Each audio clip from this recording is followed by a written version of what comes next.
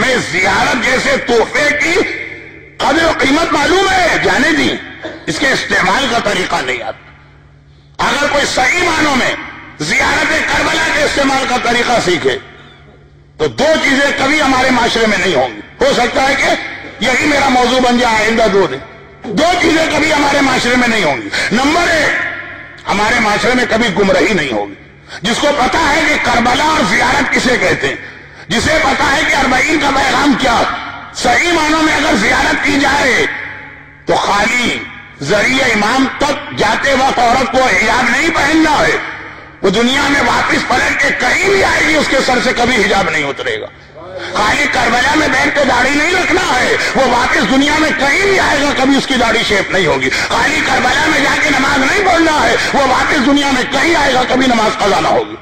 ہم نے کربلا کی زیارت، قدر و قیمت ہمیں پتا ہے، میں قدر و قیمت ویلیو کی بات نہیں کر رہا ہوں۔ میرے گیرج میں رولز رائس کار کھڑی ہے، مجھے پتا ہے کتنی قیمتی ہے، میں کہہ رہا ہوں اسے استعمال کرنا نہیں آتا، گاڑی چلانا نہیں آتا۔ ہمیں زیارت کا صحیح مطلب مقصد یہ استعمال نہیں آتا۔ دو چیزیں کبھی نہیں ہوں گی۔ نمبر ایک، کبھی گمراہی نہیں ہوگی، کربلا تو نام ہی ہے ہمیشہ ہمیشہ کے لیے گمراہی کے خاتمے کا۔ جاتے ہیں اور آ جاتے ہیں۔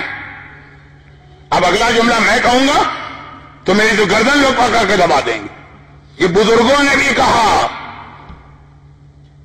مشیر لکھنوی کا یہ شعر ہے نا جو میں ہر سال پڑھتا ہوں، ایمان لپٹ کے رہ گیا قبر حسین سے، واپس لے کے نہیں آئے ایمان، وہاں چھوڑ کے آ گئے، معلوم نہیں کہ زیارت۔ اور دوسری بات میں نے کہا اگر ہم صحیح معنوں میں پہچاننے زیارت کیا، دو چیز، اور دوسری بات زیارت کر کے واپس آئیں گے کبھی یہ نہیں کہیں گے کہ مولانا میرے گھر یا میرے خاندان میں کوئی پریشانی اور پرابلم۔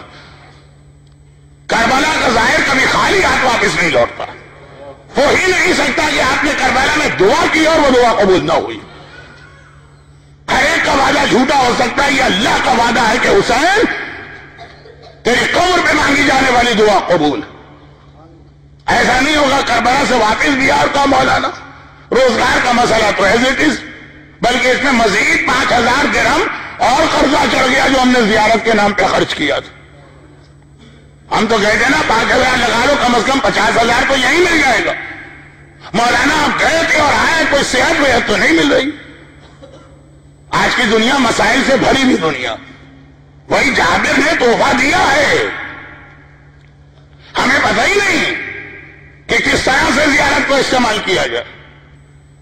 ایک صاحب گئے کسی سکھ کے گھر میں، اس کے گھر میں بڑا اچھا ریفریجریٹر رکھا چل رہا، کھولا تو دیکھا اس میں جوتے سجے ہوئے۔ ہاں یہ کیا؟ کہا یہ جوتوں کی الماری نہیں؟ کہا نہیں، یہاں تو گرم مشروبات رکھ کے ٹھنڈے کیے جاتے ہیں، کھانے کو سڑنے سے بچایا جاتا ہے۔ اچھا، کبھی میں روزانہ سوچتا تھا اتنے ٹھنڈے میرے جوتے کیوں ہوتے ہیں۔ اب اس کے بعد ایک چیز آ گئی، اس کو پتہ ہی نہیں استعمال کا کیا طریقہ۔ کہیں ہم اس معاملے میں ان کی طرح سے نہ بچ جائے۔